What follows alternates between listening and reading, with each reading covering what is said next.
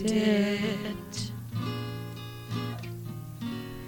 'Cause it was there. We're art sluts. Welcome back, everybody who's been following Art Sluts Radio. You've heard a lot about us, and today we've got two different topics we want to talk about. One is the obvious one, the Trump in the room. But how does this impact feminism? And I guess we're going to find out, but I'm sure Teri has some thoughts on that. Teri? Well, I just don't, first, really, I have to remember, it helps me remember what a privileged little bubble I live in. Me too. Number Right. one, as a woman with a higher education, meaning, I have 2 master's degrees. Any woman with 1 master's degree is less than 2% of the population of America. Wow. Now, that was a statistic from the 80s when I got my degree at the UMC. So it may be different from now. But I'm pretty sure, even if a higher percentage of women have an education, that it's not a vast number. Right? And it may change somewhat if we're also counting non-binary and trans women, right? Which I just consider women, I don't make the exception. But in this case, because we're looking at sociology and trends, right? There are more people now with those identities who are educated and have educational degrees, right? So even when in the 80s, my uncle, Mark, who is a Trump supporter and who is a survivor of Vietnam, he's a Vietnam vet, has some real severe trauma and mental health issues, et cetera, I'm sure. At the time, the beginning of the cultural split between, I think the culture wars, you could say, are happening. Right? It seems like it just keeps accelerating. Or continuing, really. But now, it's like there's almost, in a science fiction way, in a speculative fiction way, there are 2 alternative futures happening. Yes. And they're getting wider and wider apart. So back to my beautiful your uncle. He just had so much other personal things I won't bring up. Just a very traumatized individual from my family of origin who is not that much older than me, right? He's like 10 years older than me. So I'm 62, he's like 72, right? Because my dad and my aunt, they were all like almost 10 years apart, right? So the point I'm trying to make is that when he came back from Vietnam, felt like he was reviled, like he had risked his life. Many of his friends died. He was exposed to extremely traumatic situation. And then when he came back, he felt like, because the anti-war protest was largely being led by liberal college students, right? He felt rejected and upset by that. His position with me has always been, excuse me for saying this word, that I'm a libtard, that I went to school and that my education brainwashed me against my own people and my own interests, right? And so he, even a few years ago, was upset with me because I became friends of him on Facebook, and friends of mine were speaking out against Trump, and he got very upset about that. And from my perspective, did you tell him that he was a snowflake? No, I did not. He called me that I'm a snowflake, right?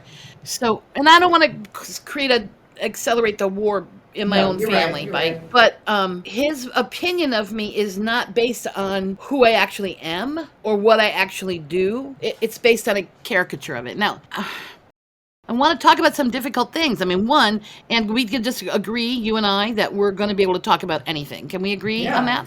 Yes. And that if there's something that you or I say to each other that is upsetting, that we will slow down and take the time to repair it, either on the podcast or elsewhere off the podcast, because this is a kind of agreement I find I have to kind of front load any conversation I'm having with anyone. At this point, I'm like, fuck it all. Like, I just feel like, you know what? I mean, I cannot I cannot self-censor, and that's the other topic we're going to talk about, but Definitely, because why are we censoring ourselves and being super careful when there are people saying things like, these black people have to report for slavery? I mean, people actually sent. Right. So the inflammatory violent, intentionally malicious, and oppressive things Yeah. are happening. Meanwhile, we Yeah. art sluts are trying to be super. So that the distinction in the culture that I did get educated out of my class background into, I mean, clearly. It's giving right? a damn and not giving a damn. It's understanding sociology or not understanding sociology. Like that's in fact, the thing I was working on is me teaching other people what sociology is, what constellational thinking is and means, what disability justice is and means, what transformative justice is and means. How do we restructure our culture around nonviolence and loving kindness, or how do we continue to Well, veer let off me into let me ask you a this? question related to that, because from that standpoint, your situation is very much, from what I observe, you're the boss. Oh, absolutely. You are the queen, and that, in a weird way, is dictatorial in that sense. So how do you create a society that's loving and kind without demanding it and requiring Yeah, it? and this is exactly what's going on, okay, right? So I Yeah. was just in this brilliant class called Embodied Ethics with my friend Christiane Pelnis teaching. And one of the things that I did that she's helping me understand is that I use the terms white supremacy or misogyny or racism as a kind of name calling, right? Yeah. And I use them when I want to cancel someone, right? Mhm. So how do we have a transformative justice community that calls people in instead of a call out thing that destroys people, right? And I think that this is actually super relevant, right? Yeah, right. Like I could just say my uncle is a effing bleepity bleep blah blah blah Trump supporter blah blah blah, and I could cancel out his humanity. Yet you're being sensitive to his mental illness and his life experience. And I include him. I still talk to him, right? I'll call him and talk to him and see him. But I have the impulse, because I am frightened by his behavior, I have the impulse to cancel him. So how do we not have cancel culture, right? And how do I have an elevated position as an educated woman, right, without being attacked? Well, I get attacked all the time, but how do I create culture? So basically that's what I'm doing, is teaching other people how to have communication agreements. Hey guys, I thought with everything we're talking about, a good song to check into would be one of Pam's, called Ronald Reagan Had a Farm. Let's take a listen. This song Pam wrote after the election, and this is our last tune, and take it away. But first, from George Orwell. 12 voices were shouting in anger, and they were all alike. No question now what had happened to the faces of the pigs. The creatures outside looked from pig to man, and from man to pig, and from pig to man again, but already it was impossible to tell which was which. Well, Ronald Reagan had a farm, E-I-E-I-O, and on his farm he had no trees, E-I-E-I-O. A leaf fell here, a leaf fell there, here a leaf, there a leaf, everywhere the trees live, everywhere the trees live. Ronald Reagan had a farm, E-I-E-I-O, and on his farm he had a bush, E-I-E-I-O. An oink oink here, an oink oink there, and here an oink, there an oink, everywhere an oink oink. Ronald Reagan had a farm, E-I-E-I-O, and on his farm he had a shack with E-I-E-I-O, with quack quack here and a quack quack there, and here a quack there, quack over a quack. Ronald Reagan had a farm, E-I-E-I-O, and on his farm he had a well, E-I-E-I-O. It was deep and dark and dry as hell. Many felons they called it all E-I-E-I-O. Around the farm he had defense, E-I-E-I-O. A bang bang here and a bang bang there, here a bang, there a bang, everywhere a bang bang. Ronald Reagan had a farm, E-I-E-I-O. And on his farm he had a bomb, E-I-E-I-O. Ring around the rosy, pocket full of posies. Ashes, ashes, we all fall down.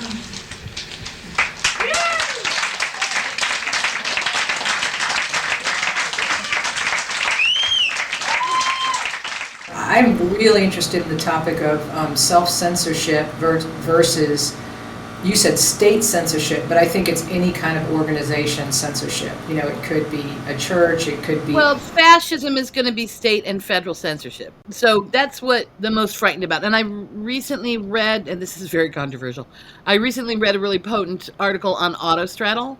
about how the state and feds have been demanding an allegiance to Israel and a censoring of pro-Palestinian positions, that in itself is already a form of fascism that's been in place for some time. And I think that has a lot more to do with, not a lot more, has quite a bit of influence that is underplayed or misunderstood or just ignored for what happened in the presidential election. I know a lot of people that wouldn't vote for Kamala Harris because the Democrats have a pro-Israeli financial position. And that in itself, and whether is that anti-Jewish or Zionist, people's inability to distinguish those two things. I feel very unresolved about that whole issue because number one, it is as complicated as it can get, and I have a lot of Jewish Me too. friends. Yeah, and partners. I mean, Heidi is Jewish. Yeah, and I hear from them, just really, having a lot you mean more anti-Semitic. Anti-Semitic, thank Semitism. you. Anti-Semitism. Lewis would be laughing right now. Anti-Semitism, exactly. I do think that there's issues of just, number one, like war, like enough. And then there's also issues of cultural contrast and cultural hierarchy going on for sure. But I don't know enough about that situation to say one way or the other yet. I could say that I have been very consistently a nonviolent, anti-war person, anti any kind of war. Right. And that I am very, on principle, it causes me emotional distress that my tax dollars that I work and give my money to the government, and then the government subsidizes war. And that my tax dollars, right, are paying for killing people. Yeah, a lot, yeah. And damaging the environment and all kinds of other stuff. All of it. Yeah. I mean, I just don't and I'm sad about that, and I don't know what to do about that. I mean, I don't know how to live without a government, right? Because the things that the government provides in terms of hopefully Social Security, which I'm almost the right age to receive. I know. I'm so close, but I'm a little bit nervous about that. I'm nervous about healthcare. Right. As far as feminism goes, unfortunately, I feel somewhat resigned to going backwards, which is, I know, wrong, and I'm not gonna not continue to fight against it, but I feel I just can't believe it. I think I'm still like in denial about what's happened, how quickly it happened, really, when you think about it. It's like boom, boom, boom, Citizens United, then Supreme Court, and then all of a sudden reverse Roe versus Wade. And so wanted to step out here for just a second from our conversation with me and Teri. Teri brought up a lot of great points about living in a bubble and all that. And I realized that I was pretty quiet during this session, and I think I was just kind of in total shock, even though I knew it was possible that he was going to win. I just couldn't believe that we lost the election, and in essence, we lost our freedom and our position in society. Women make up 60% of the workforce. So we're basically doing all the work, running the world, but we don't have any power. That is something that I had hoped that with a female president would show that America was ready for a female president, and they are not. So if everybody tells you it was about abortion or the economy or some other issue, it was about there is still sexism is just huge in our society. And the status quo currently, the mainstream is older, typically white men, and they have taken over. And make no mistake, the power they seek is oppression over women. They are, as usual, intimidated by strong women. And so thinking about the civil rights movement, It started with a sanitation workers strike, and then there was a coalition of young, mainly white students who got together with African Americans in their community and joined together. That was the seeds. That's how it grew. We can't do this alone. So obviously, I'm very comfortable on the fringes, and my community, the people that I relate to and feel most comfortable with, are musicians and artists, the gay, the trans community, African American community, and basically people from all other countries. I love a rainbow coalition. So that is my bubble that I've created that feels great. It is going to take a coalition. So it's not going to be just women who are going to be able to make equality happen. It's going to also be men. So it is important, and I think for a future show it'd be interesting to talk about the position of men in transforming our society in a positive way.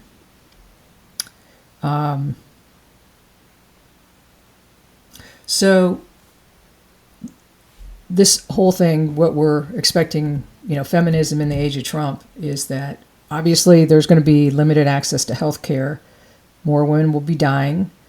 But there's also plans to limit birth control, which makes no sense. I mean, if the status quo of aging, rich, primarily Christian men, air quotes, wants to increase the population, is it to increase the population in an environment that's already stretched its resources for food, water, and space? No, obviously it's to prevent women from entering positions of power and from making changes to protect our citizens. Women are rapidly losing their freedom. Kamala was the most qualified candidate for president I can imagine ever seeing.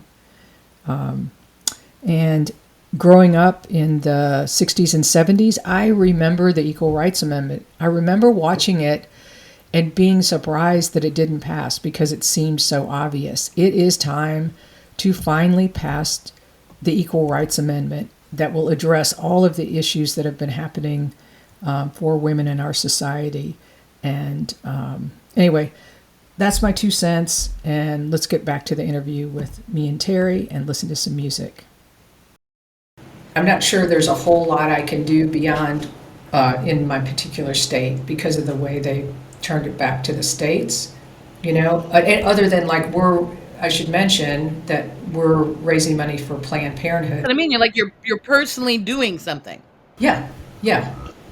Well, resign, I guess, is the wrong word. It's, I just keep picturing The Handmaid's Tale, and I just go, how far off is that? Well, it's not that far off. Well, and then let's just take a moment, okay? Well, I would just point out to you ways in which you have been autonomous the entire time that I've known you. So the movement that we were caught up with in Columbia, Missouri, was an autonomous art movement. Yes. Where we generated our own culture. Right. The punk rock movement in and of itself is an anarchist movement where we taught ourselves how to make instruments and music, and we said, I can do that. That's an act of agency and autonomy. And also it's existing on the fringes. It's like, oh, this is very familiar. I'm fine. I know how to exist on the fringes. Witchcraft is like that. Any social change movement. I've definitely existed in the mainstream because that's my business, and so that's really an interesting skill set, but it's super easy because people love to talk about themselves and they rarely ask you what you think. If you ask questions about them. So, people will tell me all kinds of things that I don't necessarily agree with, but, I so you're listen. Saying that's part of my business. Your business is a mainstream thing because it's involved with capital and you're a person being of service and taking money for being of service. And that your role of providing service as a business person doesn't mean you have to be authentic in your expression of your values. Mm-hmm. Although it's pretty obvious, anybody coming in, to the store will have a sense of the community that they're entering. And I've always believed strongly, even despite everything that's happened, that everybody should be welcome, like your uncle. You know? All people are welcome. Yes. All people are valued. All people have a right to exist. Okay. So we are carrying on a very ancient lineage of creating temporary autonomous zones, which means anybody that comes under the influence of our work is stepping into a bubble where autonomy is honored and accepted and respected. And anyone that comes into the Living Love Revolution sanctuary, any of our events, they will be listened to. If they have a complaint, we'll listen to them. It doesn't mean we'll perfectly meet their needs, but we will not erase them, disregard them, etc., right? So basically, I just wrote down the foundational beliefs and values that I operate under so that they're transparent. I had to do that because I was doing festivals and people were coming in with other belief systems. I had to, no, that's not welcome here. This is why. Wait a second. Stop right there, because I want to explore with you. So you said everybody's welcome, but then there are things where it crosses a line and you'll say, and That's how do right. you determine that, and how do you handle that? Well, I have this, it's written in the communication agreement, and it says acts of violence will not be tolerated. Anybody acting violent will be contained as quickly as possible with as little drama as possible and escorted off the land territory where we are. Right? So when you cross this line and you're in our event, these things are, and then we distinguish microaggressions based on ignorant speech from malicious and intentional acts of violence, right? So that means that it's our job, since we're, if you'll excuse me, snotty libtards with educations, it's our job to educate people who haven't had access to that privilege if they're coming into our community, right? So I say, what you're saying, belongs in the frame of white supremacy, and I need you to think that through. If that's what you really believe, then that's an act of violence and we can't really participate with you. If you're saying that because you just don't understand that purity is part of white supremacy, then let me break that down for you and show you why that's not useful. Has that ever happened, though? Oh, yeah. Really? Okay. And more frequently, right? Like I had to just say to a very important and respected teacher of mine, you're asking me for coffee is an act of casual misogyny that I'm no longer willing to make an exception. Right. Because this is my focus, this thing, and that is actually an act of harm. Mind you, it's a small act of harm. It's a paper cut, right? You're not assaulting me sexually, but continuing to treat me in a non-equal second-class status, like I'm your administrative assistant all the time way, which is now noticeable by many people who have come to talk to me about it. So it's not just me deciding it's very painful. It happens all the time, right? I mean, or people are uncomfortable with my fat body taking up space.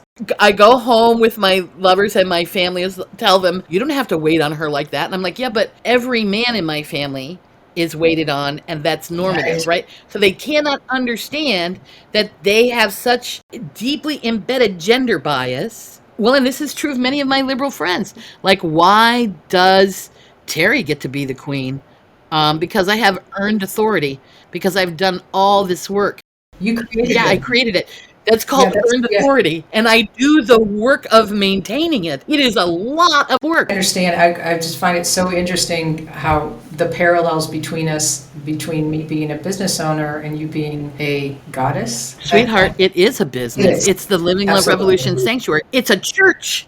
It's a sanctuary church, because what I've done is said these principles are a culture. I'm generating a culture, and churches in this country are allowed to generate culture. And so I've just imitated what happens in a church, and I am a church. Did you get to not pay taxes? That's correct, Ann. But I have to keep track of them. I have to write like all that stuff. It's a lot of work, right? They have power over me and power with me. We're riding the line in between all these little spaces. And again, because I'm so smart and uppity, because I demand to be treated with as much authority, specifically spiritual authority, as a Christian minister. Right. Because I've thought it through. This is my religion. I am proselytizing.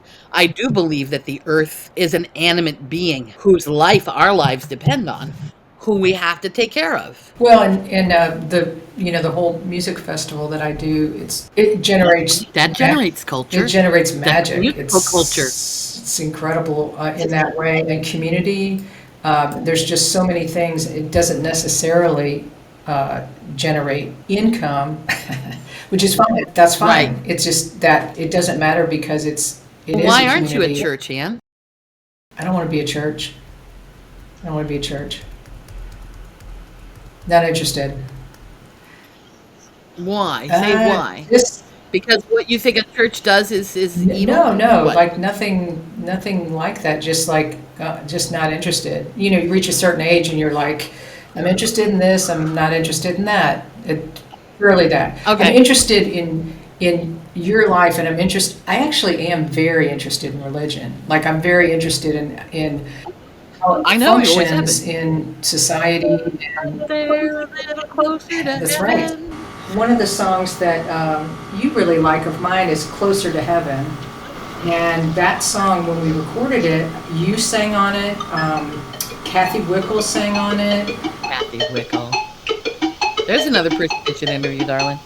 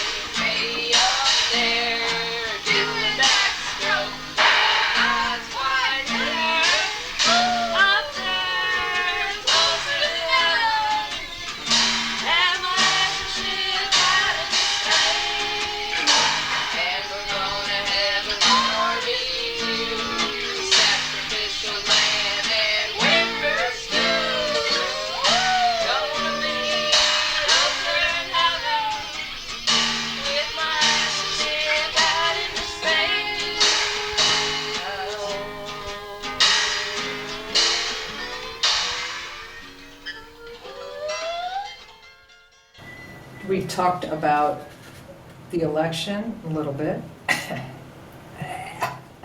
Well, I don't know that I can't live, and I've gone in and out of this, Anne.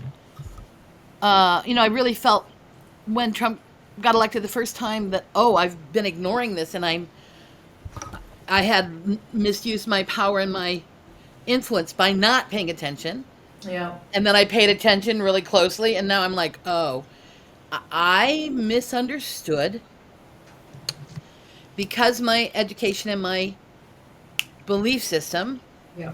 my own privilege and power, and my ability to center it so consistently gave me the illusion that we were on an arc of evolutionary and liberatory growth and progress. I So I did too. kind of bought the neoliberal I did too. belief, I have such optimism, right? and it But was misplaced. Devo predicted this de-evolution. We Yeah. are Devo, right? Oh, right. Right? Peak petroleum, like we hit a peak, and Mm-hmm. now we're actually de-evolving. So those of us, like I have a specific allegiance to queer magical lineages that I feel I need to keep alive and protected, Yeah, and I will do what I need to do to for keep sure. those alive and transmit them. Yeah. Yeah, well, I'm gonna definitely support anybody in my community. I mean, that's what I can do, Yeah, is support and encourage anybody in my community. that's right. Support Indigenous and Black women's projects and works with money, with fucking cold hard cash. Because Absolutely. talking about it doesn't do shit, but making Right. sure they have what they need, resource wise, is important. Yeah, And what else do we do? Teach ourselves how to do herbal abortions, create spaces where those things are possible. You know, we have to create things. access to medication. I mean, this is what I was not aware of, is that the most abortions are medically induced, Yeah. by medicine. And so Yeah.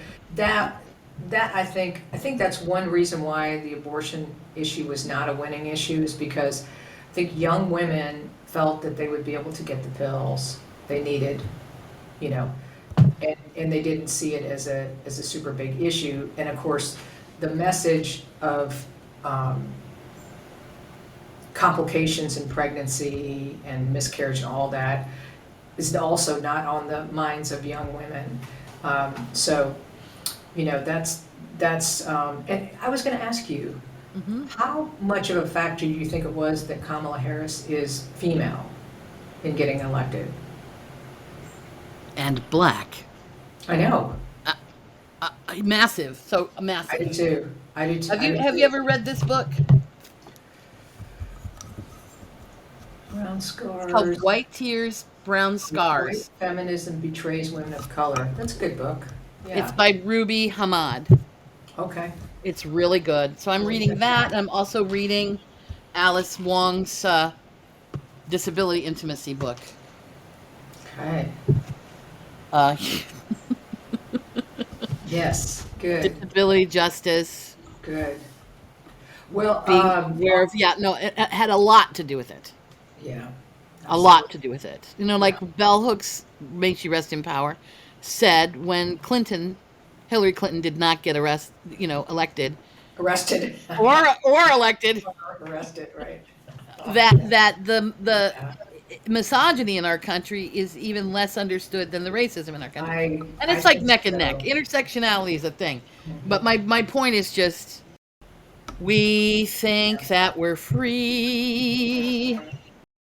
Until next time, we're art sluts. We're art sluts. Art sluts. Okay. One more time. All right. Thanks for listening to Art Sluts Radio. Hey, if you identify with the Art Sluts, explore our herstory at artsluts.net. That's ARTSLUTS.net. And purchase downloads of our music wherever you stream music. All contributions and purchases will go to support Planned Parenthood. Currently, 21 states have limited access to women's health care, including abortion, and 15 of those have a total ban. Talking about your abortion experience, voting, and donating to support abortion rights will make a difference.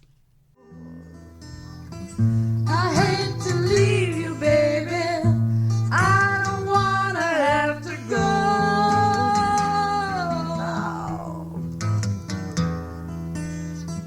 It's just my music.